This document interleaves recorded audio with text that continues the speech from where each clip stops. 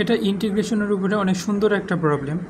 এই প্রবলেমটা দুইভাবে সলভ করা যেতে পারে। প্রথম তোমাদের মাথায় এটা আসতে পারে যে আমরা সাইন আর কস এই দুইটাকে টেনের সূত্রে নিয়ে যাই, উপরে 1+tan² x/2 dx আসবে, তো আমরা ডিরেক্ট টেনে নিয়ে যাই কনভার্ট করতে পারি। বাট ওই প্রসেসটা কিন্তু অনেকটা বড় হবে, কারণ এ আর বি এখানে যেটা আছে দুইটাই অ্যারিথমেটিক কনস্ট্যান্ট আছে, মানে এই দুইটারই কোনো ভ্যালু দেওয়া নাই।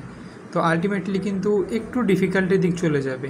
তো চলো আমরা ইজিয়েস্ট কোনো ওয়েতে আমরা ম্যাথটা সলভ করি, দেখি তোমরা এটা বুঝতে পারো কি না। চলো ধরে নিই আমরা a is equal to r cos theta, b is equal to ধরে নিলাম আর সাইন থিটা।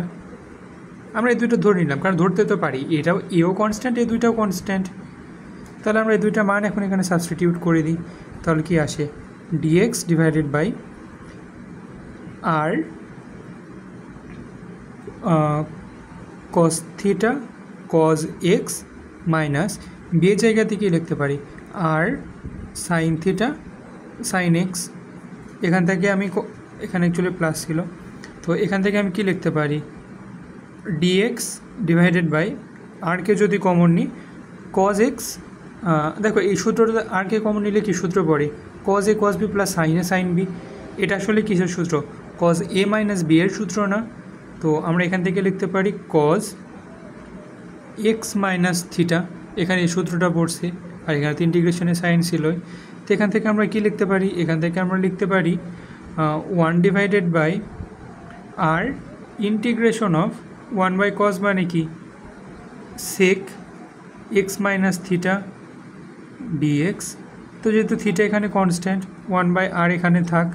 তো এখান থেকে আমরা সেকের ইন্টিগ্রেশন কি জানি, ln sec x plus tan x.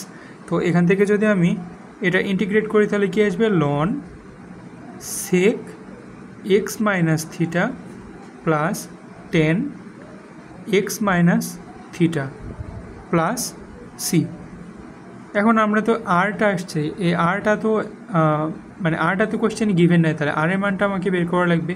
তো এখান থেকে যদি আমরা আর এর মানটা বের করি, আর এর মানটা কি বের হবে, √a² প্লাস b²। তোমরা পোলার ও কার্টেসীয় যে ম্যাথ ছিল ওখানে অবশ্যই করছো, তুমি দুই পাশে স্কোয়ার করে যোগ করে দাও, a² plus b² is equal to r²কে কমন নিলে sin² theta plus cos² theta, এটার মান 1, এখান থেকে আর এর মান আসবে √a² প্লাস b²। তো এখান থেকে আমরা অ্যান্সারটা কী লিখতে পারি, 1 divided by √a² plus b² ln sec x minus, আচ্ছা থিটা সমান আমরা কি লিখতে পারি, থিটা সমান আমরা লিখতে পারি হচ্ছে tan ইনভার্স b/a, এটা লিখতে পারি।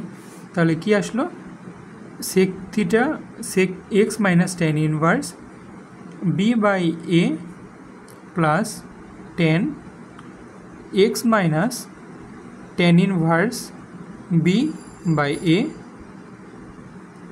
প্লাস সি, এটাই আমাদের অ্যান্সার।